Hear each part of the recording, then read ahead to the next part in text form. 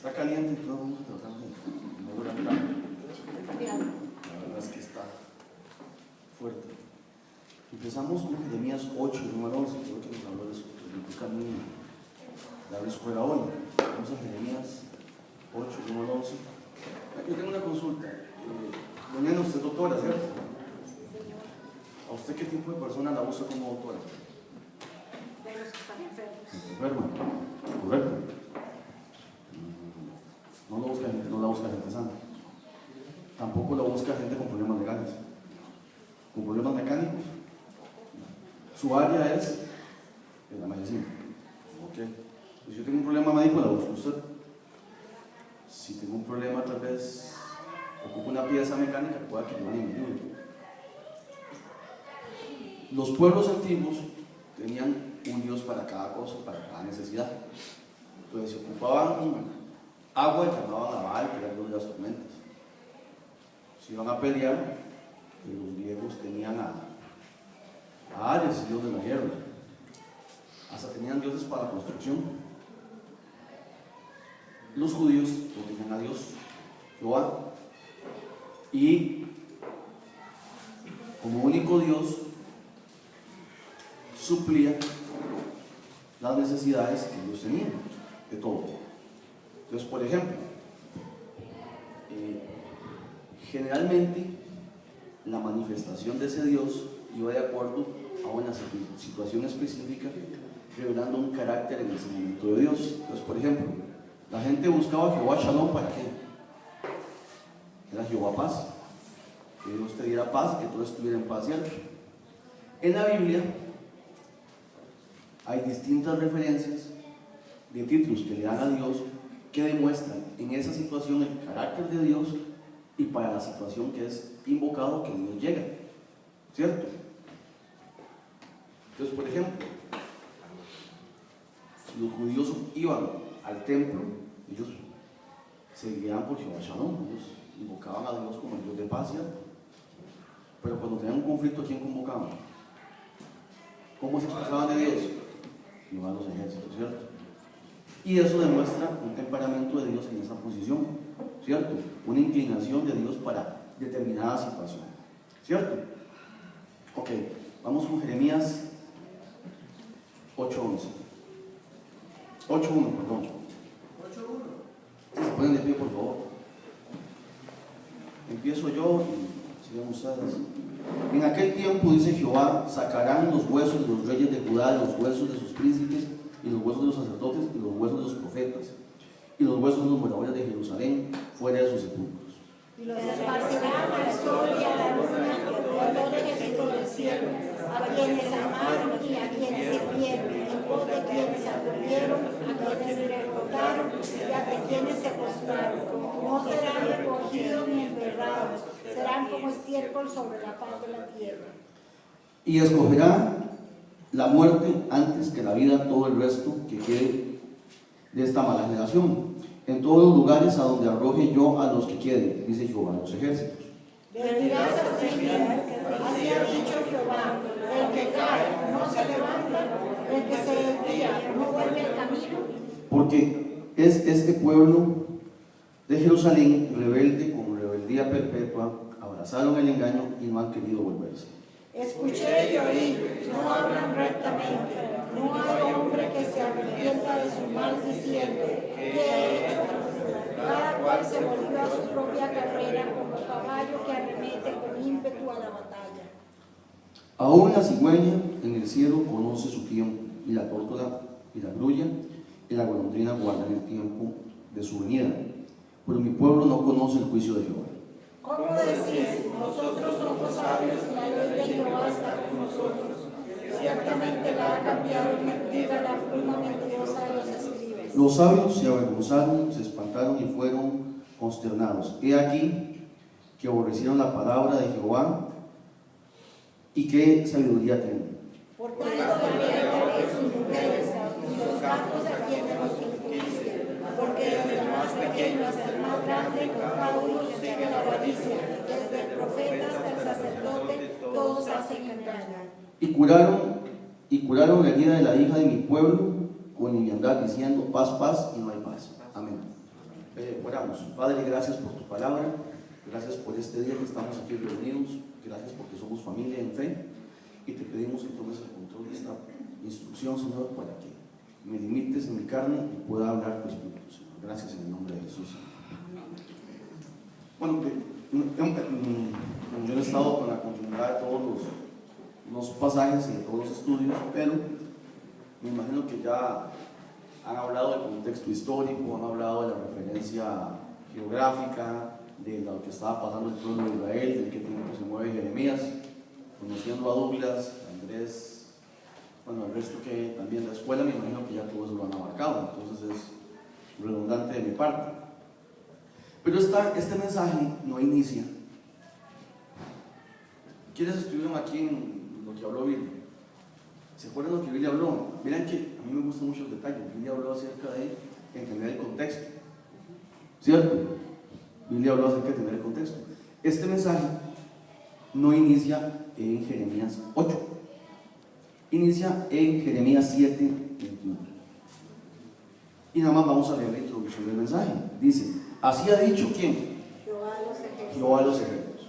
Entonces es un mensaje al pueblo donde el profeta les dice a ellos, les nota un carácter que en ese momento tiene Dios para con el pueblo, ¿cierto? Pregunto, en esta época de tiempo Israel estaba en guerra. ¿Había algún conflicto armado cuando Jeremías estaba hablando? O sea, los pueblos siempre tenían broncas entre sí, eso no es, pero había una guerra clara declarada. No, más bien venían saliendo de ¿cómo se llama esto? El avivamiento de Josías, ¿cierto? Entonces, ¿por qué se mete Jehová a los ejércitos? Porque dicen, mensaje de parte de Jehová Shalom, o de Jehová Jireh. ¿Me quedó así? ¿Me quedó? Es correcto. Hay un carácter que el profeta está tirándole al pueblo de Israel, notando que Dios viene como Dios violento, Dios agresivo, Dios. O sea, ¿y por qué así? Porque más adelante vemos que los profetas le decían al pueblo que había paz. Pues Jeremías dice: un momentito, yo aquí no vengo a hablar ahorita de paz, vengo a hablar de guerra, de conflicto, de que Dios está enojado y que hay problemas.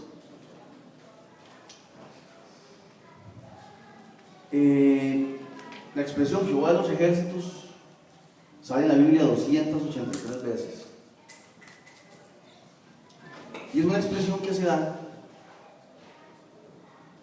que aplica o sea, la palabra como tal, en su versión más simple, se refiere a Jehová, a Dios de un ejército. El Dios que manda un ejército. Es la expresión. En los contextos bíblicos, románticos, históricos, poéticos, entonces le dan el contexto de huestes celestiales, y el contexto de todos los ejércitos, y el contexto de que mandan los ejércitos de ángeles. Pues en el contexto más simple es el Dios del ejército, el Dios que manda un ejército. O sea, es sencillo. Y en el contexto más amplio se puede decir que es Jehová de los ejércitos, es el poder que posee el gobernante o soberano del universo, quien tiene a su mando numerosas fuerzas, tanto espirituales como físicas, porque Dios es el Dios de Israel y tiene al mando. ¿Quién es el comandante en jefe de las Fuerzas Armadas de Estados Unidos? El presidente. ¿Quién es el comandante en jefe de las fuerzas policiales de Costa Rica? El presidente. ¿Cuál es el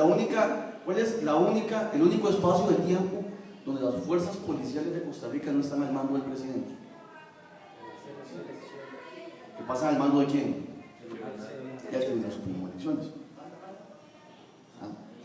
Dios es el comandante en jefe del ejército de Israel. Entonces, y la Biblia dice que Jehová da la victoria en la batalla, ¿cierto? Entonces, si Dios es el comandante en jefe de las fuerzas militares de Israel y no las bendice, no las manda a pelear o no apoya ese pleito, ¿qué va a pasar? Van a ser derrotados, van a perder. El mensaje es de parte de Dios. dueño de las fuerzas bélicas de Israel. Que alguien me ayude con Segunda de Reyes 23. Y vamos a empezar. El mensaje inicia con: en aquel tiempo, dice Jehová, sacarán los huesos de los reyes de Judá y los huesos de sus príncipes. Si usted lee en Segunda de Reyes 23, habla de la reforma de Josías. Y Josías hace... Yo tengo una consulta, por ejemplo, para don Mario. Don Mario, si usted se muere, mañana nos matan. Lo que pasa con su cuerpo, ¿a usted qué le afecta?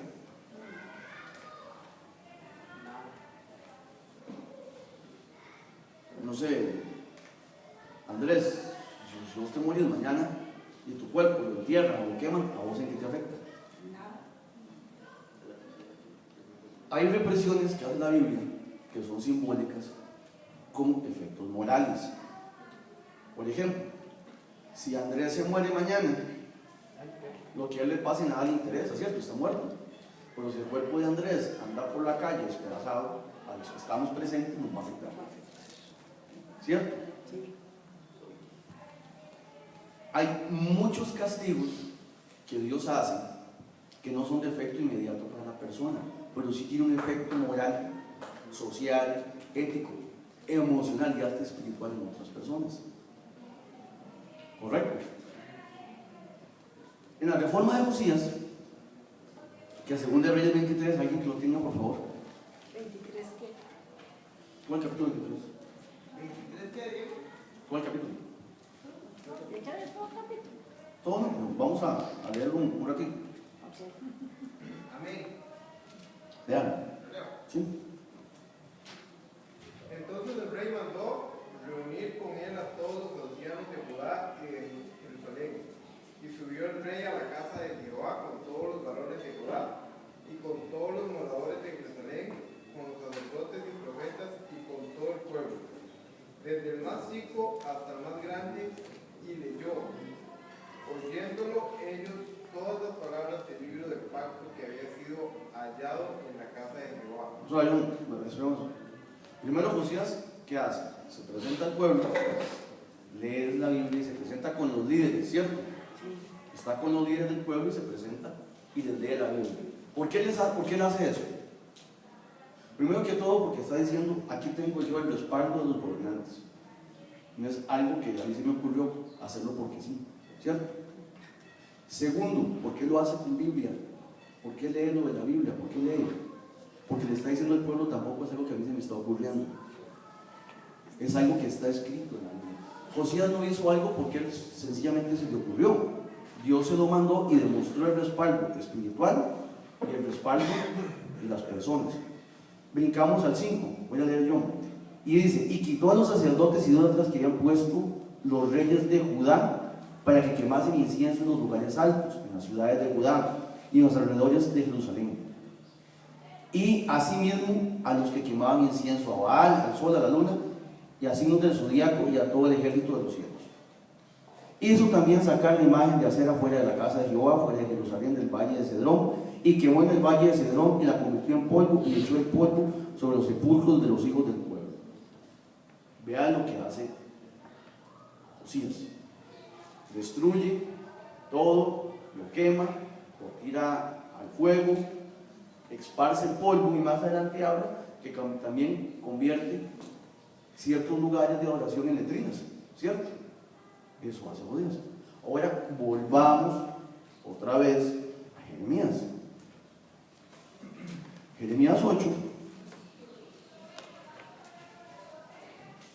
¿qué es lo que dice? En aquel tiempo, dice Jehová, sacará los huesos de los reyes de Judá, los huesos de sus príncipes, y los huesos de los sacerdotes, y los huesos de los profetas, y los huesos de los moradores de Jerusalén fuera de su sepulcro, y los esparcirá al sol, y a la luna, y a todo el ejército del cielo, a quienes amaron y en quienes sirvieron.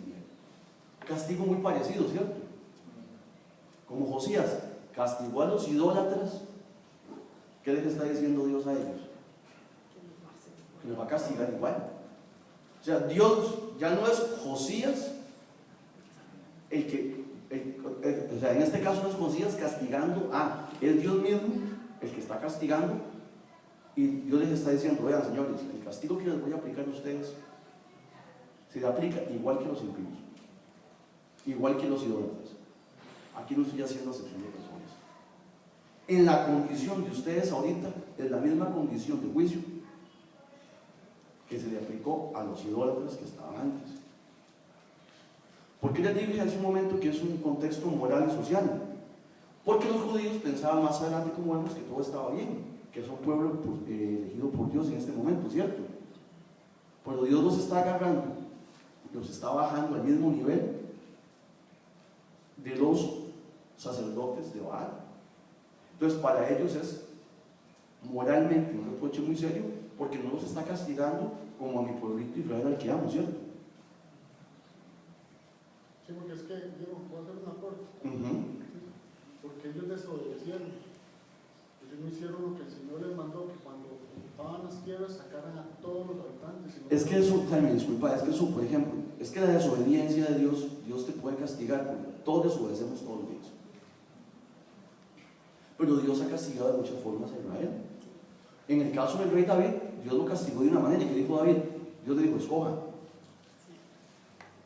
¿Y qué dijo David? No, yo prefiero que me castigue Dios a caer en manos de los hombres, ¿cierto? En este caso Dios al pueblo de Israel no le está dando chance de elegir, está aplicando un juicio directo donde los está poniendo en igualdad de condiciones que los impíos. ¿Qué pasa con eso? ¿Qué es lo que le está diciendo Dios? Ustedes son el pueblo elegido, tienen toda la razón, pero el castigo, o sea, si usted roba, si usted mata a alguien, si usted comete un delito, el ser cristiano no le exonera, ¿cierto? Dios eventualmente puede ayudarte a salir, pero ya es una condición muy propia de la misericordia de Dios, pero en planos simples la ley no ve género ni ve religión. Entonces Dios está diciendo, vea, ustedes Israel, ahorita para mí están en la misma condición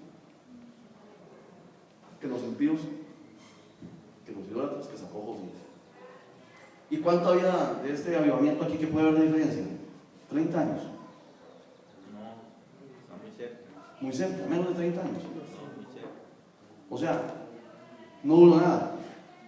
O sea, ellos recién habían visto eso. Seguimos. Y escogerá la muerte antes que la vida, todo el resto que quede en esta mala generación, en todos los lugares a donde arroje yo a los que queden, dice Jehová de los ejércitos. Otra vez, vea que le está hablando el Dios que no nos va a respaldar. Y les dirás a sí mismo, ha dicho Jehová, el que cae no se levanta, el que se desvía no vuelve el camino, porque es este pueblo de Jerusalén rebelde con rebeldía perpetua. Abrazaron el engaño y no han querido volverse. Escuché y oí, no hablan rectamente, no hay hombres que se arrepientan de su mal diciendo, ¿qué he hecho? Cada cual se volvió en su propio camino, como caballo que arremete con ímpetu en la batalla. Dios es un Dios justo, entonces Dios les dice, ¿por qué ese castigo? ¿Cuál es la condición en este momento del pueblo de Israel? Están tan duros de corazón que, como dice el profeta, ellos se caen y no se levantan, se pierden y no les interesa volver al camino. ¿Cuántos fallan? ¿Cuántos están conscientes de que fallan? Aunque sea hipócritamente, muchas veces, ¿cuántos decimos a Dios que no lo vamos a volver a hacer? ¿Cierto? La consulta en este caso es que el pueblo de Israel ni siquiera reflexionaba sobre su condición. Ahora, vamos a la contraparte. ¿Cuántos hemos estado en esa posición? Andrés hace poco había hablado acerca de los pecaditos ocultos, chiquititos, que los acariciamos, ¿cierto? Ok, ¿cuántos sabemos que tenemos un problema? Y decimos, la verdad es que es mi debilidad y yo lo sostengo, pero todavía hay conciencia de eso. En este caso, ni siquiera el pueblo tenía un estado de conciencia para reconocer su situación. Ahora, ¿por qué pasa eso? ¿En quién está la responsabilidad moral y en este caso espiritual de desarrollar esa conciencia? Sobre los líderes recae eso. El día que hablamos con Billy, después después habló con Esteban, llegamos a una conclusión: en Costa Rica no hace falta más iglesias cristianas, más bien es todo. Aquí tenemos una iglesia cristiana, ¿cierto? A los 400 metros, 800, hay otra, ¿cierto? De la pastora. No, aquí directo, Hay otra. Entonces, llegamos a la conclusión de que Costa Rica no hace falta iglesias cristianas, faltan líderes capaces, con conocimiento de Biblia, y con disposición. El conocimiento de Biblia no es sacar un doctorado en teología, es que sencillamente saquen el tiempo para estudiar cómo se debe la Biblia. Y creo que eso también quedó muy claro en lo que dijo Billy. Yo, mi apoyo, este estudio está basado en cosas que he sacado de internet, en comentarios de pastores y de otras cosas, pero lo sopeso con la Biblia. No se estudia la Biblia como un libro, porque los escritores viven realidades diferentes. La única que da una realidad constante es la Biblia, es la realidad del ser humano, y que Dios la revela, pero no se puede. Usted no puede poner un libro por encima de la Biblia, ni a la par, ni casi al mismo punto. Y eso queda claro. Entonces, la responsabilidad de quién era? De los líderes de Israel. Ahora, ¿cómo vemos que había responsabilidad en los líderes? Dice el 7. Bueno, a una cigüeña en el cielo conoce su tiempo, y la tórtola y la grulla y la golondrina guardan el tiempo de su vida, pero mi pueblo no conoce el juicio de Jehová. ¿Usted conoce el juicio de Dios en su vida? Ahora, el juicio de Dios no es solo castigo. ¿Ustedes saben qué es emitir juicio? Una pregunta: juicio y disciplina son dos cosas diferentes. Sí. Y emitir un juicio no necesariamente tiene que ser un castigo. Por ejemplo, yo puedo emitir un juicio donde yo, por mi capacidad intelectual, considero que usted, Jaime, debería de sentarse allá. Por cualquier circunstancia, ese es mi juicio en función de su asiento, ¿cierto? O puedo decretar un juicio donde yo digo: ¿qué es decretar un juicio? Tomar una decisión sobre si irse de vacaciones a la playa o a la montaña. Estoy emitiendo un juicio, ¿cierto o no? Ahora, el juicio de castigo es otra cosa. Pero el asunto es que hay que tener mucho cuidado con los términos, porque, por ejemplo, ¿qué juicio emitió Dios sobre usted cuando usted aceptó a Jesucristo? No lo castigó, lo perdonó, ¿cierto? ¿Qué juicio, Humberto, pastor, emite Dios con la raza humana que no acepta a Cristo?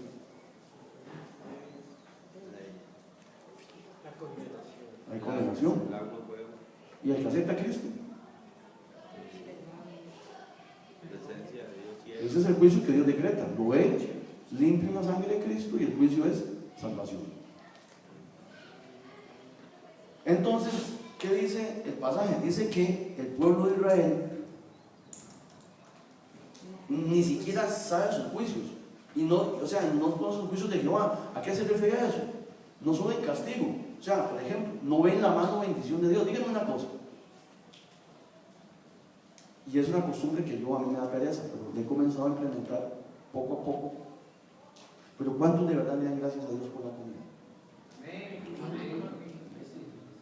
O sea, el que usted tenga comida es un juicio de Dios, ¿sabemos? Así es. Dios decretó que usted tuviera comida. Sí, es una bendición, pero es una bendición decretada por un juicio de Dios, donde Dios decide que usted tiene que comer y le da comida. Hay gente que no. Entonces, usted se sienta a comer y usted es consciente de que hay un juicio de Dios que a usted lo está bendiciendo con esa comida, ¿cierto? ¿Cuántos tienen trabajo? ¿Cuántos le dan gracias a Dios por el trabajo? Yo me quejaba mucho con mi trabajo, ahora le doy gracias a Dios. Hay un juicio de Dios que dice que yo soy bendecido laboralmente, 6 días. ¿cierto? Entonces, esos son los juicios de Dios, no solo son los castigos. Hay un montón de circunstancias en la vida donde Dios emite juicios en favor suyo para bendición y en contra suya para corrección, donde usted tiene que verlos. ¿O no los ve? Si usted no los ve, entonces está como el pueblo de Israel en este momento. No ve los juicios de Dios. Seguimos. ¿Cómo decís, nosotros somos sabios y la ley de Jehová está con nosotros? Ciertamente, cambiando en mentira la pluma mentirosa de los escribas. Ok, este es el clímax, parte del clímax del mensaje. ¿Cómo decís, nosotros somos sabios y la ley de Jehová está en nosotros? Es como que usted me diga a mí, vamos a ver, es como que doña Ana, que es doctora, se esté muriendo por negligencia médica, teniendo conocimiento médico,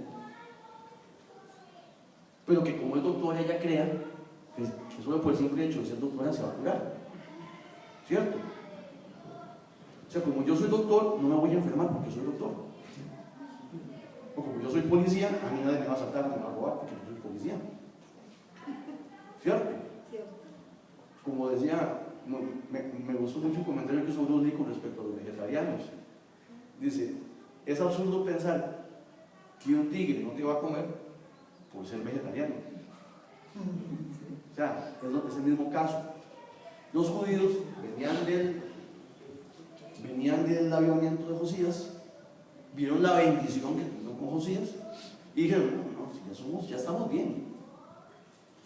Tenemos la ley de Dios, somos conocedores de esa ley. Entonces, la primera actitud que queda evidenciada es la actitud personal de ellos. Si está el templo, ustedes son un sacerdote, ¿cierto? Jerusalén es una ciudad inexpugnable, una capital, no sé, en su época una capital cosmopolita. Pasaba todo lo de África que subía a Europa y el Medio Oriente pasaba por Israel, y todo lo que bajaba pasaba por Israel. Entonces ellos decían, aquí estamos bien. ¿Cómo decimos nosotros? 9. Los sabios se avergonzaron, se espantaron y fueron consternados. He aquí que aborrecieron la palabra de Jehová y qué sabiduría tienen. Ok, está el conocimiento bíblico y la sabiduría. Son dos cosas diferentes.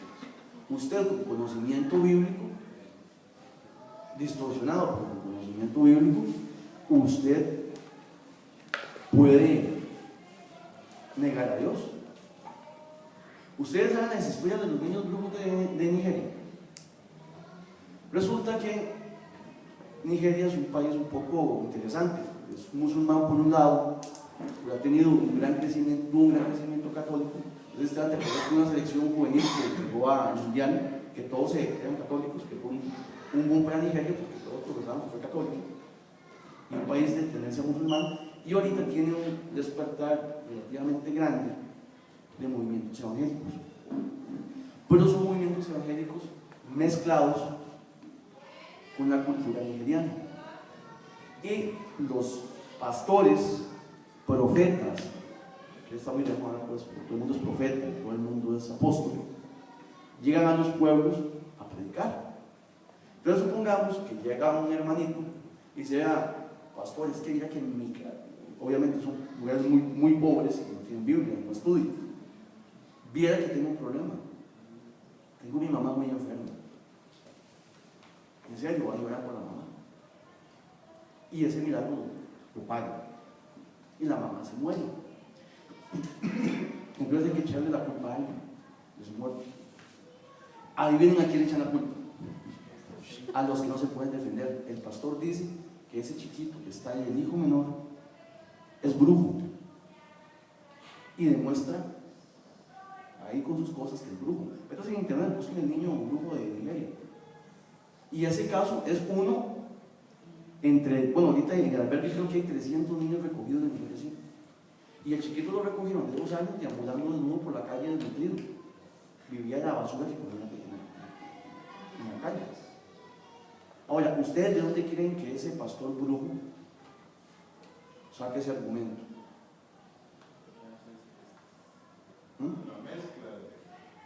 Probablemente Biblia. Entonces, hay una gran diferencia entre conocimiento y sabiduría. ¿Qué dijo Salomón del conocimiento en sí mismo? Envanece. Entonces, este pueblo de Israel en este momento tenían conocimiento, ¿sí o no? Ellos sabían Biblia. La misma Biblia lo dice, los sabios, hay sabios, escribas, conocen.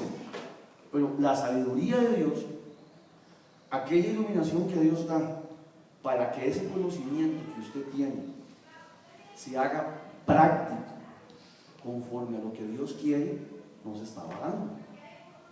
¿Y por qué nos estaba dando eso? Seguimos leyendo. 10. Por tanto daré a otros sus mujeres y sus campos a quienes los conquisten, porque desde el más pequeño hasta el más grande, cada uno sigue, ¿qué cosa? La avaricia. Resulta que para esta época había salido el avivamiento, Israel estaba económicamente muy bien, no habían tenido guerra, o si los había dejado bien, platuditos, dijo el pastor, en platita. Entonces, ¿qué predicaban los escribas? ¿Qué profetizaban los profetas? La prosperidad. Pura prosperidad. Vean, el ser humano es altamente hipócrita y conflictivo. Si usted quiere estar bien en un trabajo, dígale al jefe lo que él quiere escuchar. Si usted quiere estar bien, si usted quiere que se le bendiga en un trabajo, aunque tal vez no esté bien un tiempo, pero va a ir levantando, diga lo que usted considera. Pregunto, pastor, y lo voy a hacer así con toda la mala intención del mundo. De las personas que se fueron de esta iglesia, por los problemas que se han ido, ¿cuántos en su momento le decían a usted solo que se quiere escuchar? Me alababan. ¿Cierto? Me acuerdo de escuchar, pastor, deberíamos de pagarle a usted un tiempo en un canal para que usted haga. ¿Cómo lo usa Dios? ¿Cómo lo usa el pastor? ¿Cierto? ¿Cierto o no? Es más, cuando un hermanito comienza a predicar bonito y anda buscando levante, que es lo que primero hace, que lo levanten, ¿qué le pareció el sermón? ¿Le gustó? Ahí comienza, ¿cierto? ¿Se acuerdan que Pablo habla de los sensuales en las prédicas? ¿Cierto? Correcto. Entonces, estos hermanos, estos judíos en esa época, ¿cuál era la raíz del problema de ellos? Porque como líderes predicaban mal y le decían mal al pueblo, bueno, buenísimo. Llegaban a decirle a la gente que todo estaba bien. Vean, imagínense llegar yo a la casa de Ricardo, sábado a mediodía, que llegue a la hora del almuerzo, está María en la panada cocinando y Ricardo ayudando. Es una metáfora, ¿verdad? Y llego yo, Richie, mira que he estado orando por vos, ¿sí? Mira, yo he estado orando por la iglesia, no, ni siquiera voy a decir por él, voy a hacer la hipocresía espiritual bien buena. He estado orando por la iglesia. Veas que últimamente me he metido en unos días de oración y ayuno, porque todo lleva un ayuno, ¿no? Y vieran que Dios me ha enseñado, Richie, que vos, yo he visto que a vos te está yendo bien, que estás prosperando. Y he visto que te va bien en el negocio. Y quiero decirte que Dios está con vos. Dios me mostró que vos tuve un sueño donde vos estabas en una gran tienda, vendiendo bastante. Y quería decirte. Ese mismo día Ricardo me va a comer, me pasa a almorzar, ¿cierto? Me va a tomar café y me va a dejar a la casa, ¿cierto? Pues yo le digo, mira Richie, mirás que yo no soy mucho de eso de profecía, no soy de orar, no soy de ayudar porque es una cosa.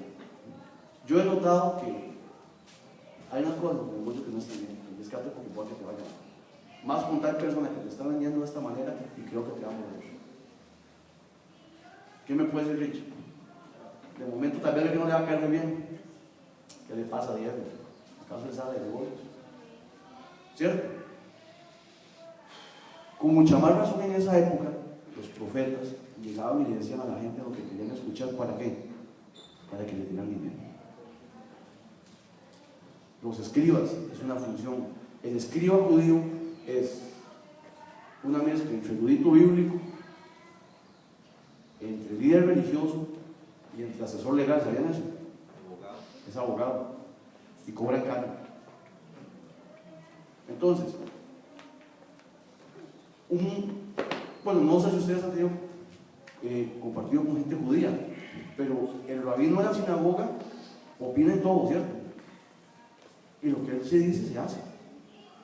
Si él aprueba un negocio, lo hace. Si él no le suena un negocio, no se hace. Entonces, eso es lo que fomentaba. Seguimos leyendo.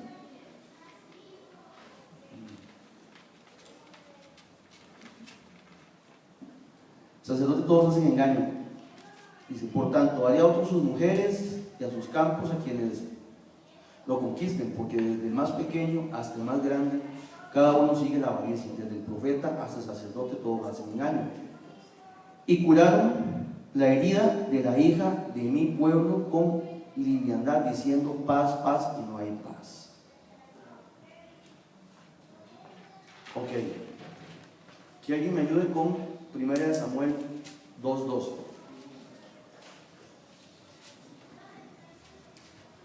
Ya vimos un caso muy interesante, que fue cómo Dios los pone al mismo nivel.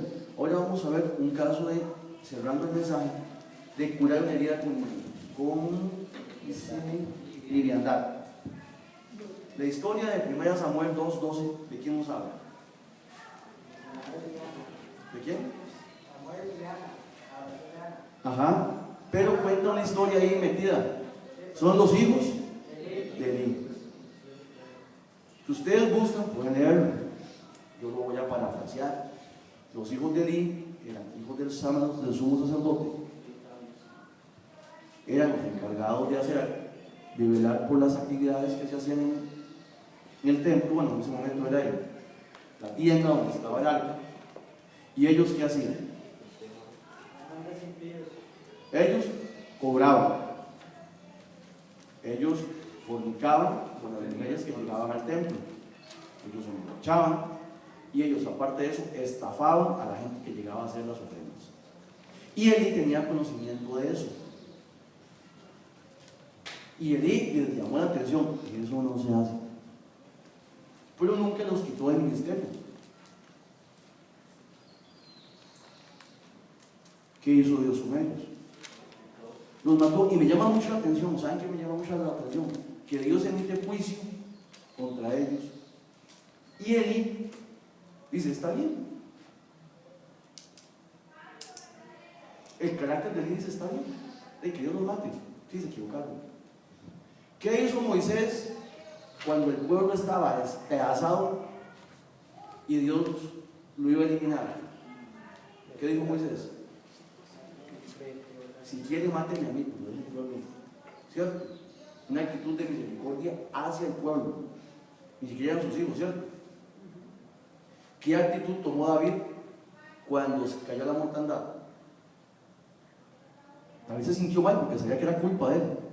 Y él dijo, Dios, máteme a mí, no nos mate a ellos. Porque dijo Dios, no, papá. Yo fui el que pequé. Yo fui el que pequé, dijo David, ¿cierto? ¿Qué dijo Abraham con su Sodoma y Gomorra? ¿Ah? Si hubieran 10. Si hubieran 10, pero el hombre se preocupó, él no quería la destrucción, ¿cierto? Ahora cuida la actitud de Elí por sus hijos. O sea, a mí me dice Dios, voy a matar a un hermano tuyo, no se pellizca, y yo hablo con él y después de hablar con él, pues bendito, no Dios, no, o sea, hablemos, vamos a ver qué hacemos, no lo maten, ¿cierto? Estos parámetros que tira la Biblia ahorita, en este caso Jeremías, yo siempre lo he dicho, ahora tropicalicémoslo, bajémoslo a nuestra vida. Como dijimos con Billy, aquí ya no hace falta más predicadores. Aquí iglesias sobran. Lo que ocupamos es gente que hable la Biblia, lo que tiene que hablar de la Biblia, y que sea honesta consigo mismo primero que todo, porque a Dios no va a engañar. Dios conoce su corazón y honesto con las personas. Es la reprensión que le está haciendo Jeremías al pueblo. Dejen líderes de decirle al pueblo que todo está bien. No está bien, están mal. No, está bien, están mal. No tengan miedo de decirles la verdad. Consulten, ¿el sumo sacerdote sabría que estaban mal, sí o no? Los escribas sabrían que estaban mal, sí o no. Ahora, no hay nada más fácil que escuchar. Les voy a explicar que es algo más sencillo para los padres. No hay nada más fácil para uno que excusarse a sí mismo. Pero hay algo todavía más fácil que es excusar a los hijos. ¿Cierto? Usted para sus hijos siempre va a tener una excusa. Para la persona que usted quiere siempre una excusa. Pregunto. Bueno, ¿cuántos hemos estado bastante enamorados de una mujer, los hombres y las mujeres? ¿Qué defectos se ven en esa etapa? ¿No? O sea, ¿qué defectos se ven en esa etapa? Conforme el tiempo va pasando o la relación termina, usted empieza, uy, mira, si es cierto, yo ya me acordé de tal cosa. Uy, mira, si es cierto, ella me hacía tal otra. ¿Cierto? Pero en ese momento de tiempo, mira, es que esa chava te contesta de mala manera. Te está faltando el respeto. Es que es así. ¿Cierto? Máxime si hay un beneficio agregado. En la iglesia, nunca se me olvida cuando había otras personas. Pregunto en la iglesia quién siempre se le da el mejor campo, tanto que hablamos de la época de Pablo y de la hipocresía de los judíos. Al que llega mejor vestido como dinero, ¿cierto? Yo he estado en actividades eclesiásticas donde el hermanito que tiene mayor soporte económico es el que se le sirve primero y se le sirve más. ¿Se ha hecho sí o no? ¿Se hace sí o no? Pregunto, cuando ustedes tienen una actividad personal, ¿a quién generalmente es el que se invita? Estamos de acuerdo que usted no puede invitar a todo el mundo. Estamos de acuerdo que usted tiene su círculo de personas más prácticas, más cercanas, con las que usted convive. Ya, a John, tengo 20 y el resto ya de conocerlo. A Carlos Andrés, de los que 10, 12 años, más o menos, el resto de años. Obviamente mi relación con ellos va a ser muchísimo más cercana que con el resto. Y actividades muy personales probablemente voy a orientarme hacia ellos, porque son, pero en actividades congregacionales, partiendo del hecho de la familia de la fe, generalmente, y es una conducta humana que la Biblia está demostrando, que usted siempre va a buscar una tendencia a un beneficio. Llevémonos mejor con el que tiene más plata porque es el que más apoya la congregación. Cuando un pobre se va a la iglesia, ¿quién lo busca? Cuando se va el hermanito que llega en buen cargo, que aporta como el 50% para el campamento, dona la mitad de las láminas de zinc para poner el techo nuevo, y se va a la iglesia, todo el mundo le preocupa, ¿cierto? Se fue el hermano yo, ¿qué ahora pasa? Estar enojado, ¿cierto? Esa intención de avaricia, esa liviandad es la que está criticando Dios en Jeremías, y eso es lo que da capié al resto de cosas. ¿Por qué da capié al resto de cosas? Porque los líderes, que son las personas que cita a Dios, que les está llamando la atención aquí, que hablan que actúan por avaricia y que actúan con liviandad, son las personas que en vez de ir a hablar a esas personas de forma clara para que corrijan, no lo hacen. ¿Por qué? Porque tal vez hay un beneficio de por medio. Bueno, la Biblia dice que hay un beneficio de por medio, que es la avaricia y plata de por medio.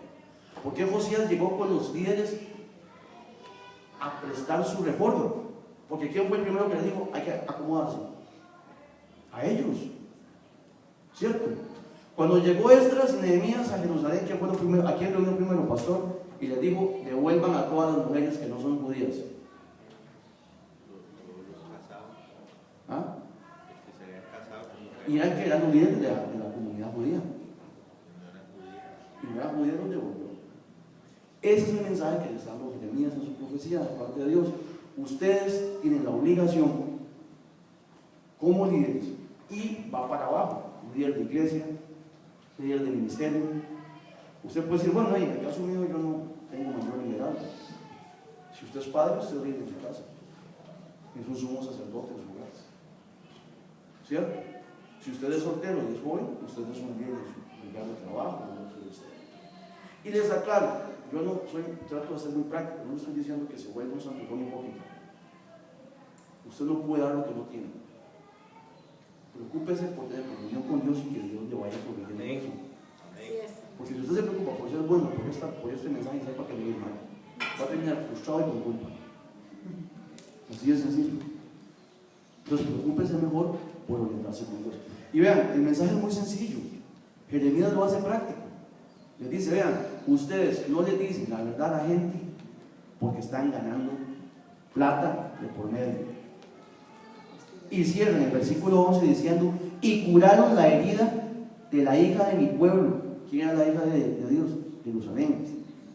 Judá. Curaron la herida de la hija de mi pueblo con liviandad, diciendo paz, paz y no hay paz. Vean, doña Ana fue, por ejemplo, doctora. Si yo llego con una gangrena en la espalda y Ana me dice, no, Diego, eso es, te limpias, tranquilo, no te preocupes, todo va a estar bien. O sea, me voy a morir. ¿Y de quién es la responsabilidad? De ella es la doctora, ¿cierto? Insisto, voy a poner un ejemplo muy feo de hace muchos años, cuando fuimos con el pastor con cáncer de próstata. Nunca se me olvida la cara que nos puso la enfermera. A mí fue el primero que me dijo, me hace, no le han dicho qué cosa, que tiene cáncer. Y ya me volvió a ver doña Ana a mí, y después Humberto me volvió a ver a nosotros y dijo, y sí me murió. ¿Cierto, pastor? ¿Ese día fue así? Es que a ustedes se les sale la comunicación. Es lo mismo. Jeremías habla de lo mismo. Jeremías lo que dice es, ustedes como líderes no pueden andar tapando las cosas. Ahora, puntos para cerrar. Lo que está mal, está mal.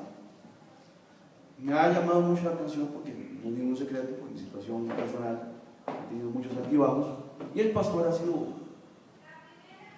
muy excesivo por un lado y me ha reprendido por otro. La conciencia de nosotros es muy moralista y muy regional. Entonces, por ejemplo, ¿quién piensa que fornicar es malo? Que levante la mano. ¿En cuántas prédicas se habla de fornicación? Que no hay que hacerlo. Que el joven que se está quemando mejor que se casa. ¿Cierto? ¿Quiénes piensan que robar es malo? Robar es malo. ¿Cierto? Ahora, y eso son pecados públicos que afectan a la congregación, porque si un hermanito se cae robando, o un hermanito se cae en adulterio, o un hermanito se cae, no sé, pegándole a la esposa, o una esposa pegándole al esposo, o usted se encuentra en un restaurante a la esposa de un hermanito con varias personas, eso es trágico, ¿no? Y es mal visto y afecta a la reputación de la comunidad y de la iglesia. Pero ¿qué pasa si un hermano no trabaja? Es un vago. ¿Qué dice Pablo? Que no trabaja, que no coma. ¿Cuál es la obligación?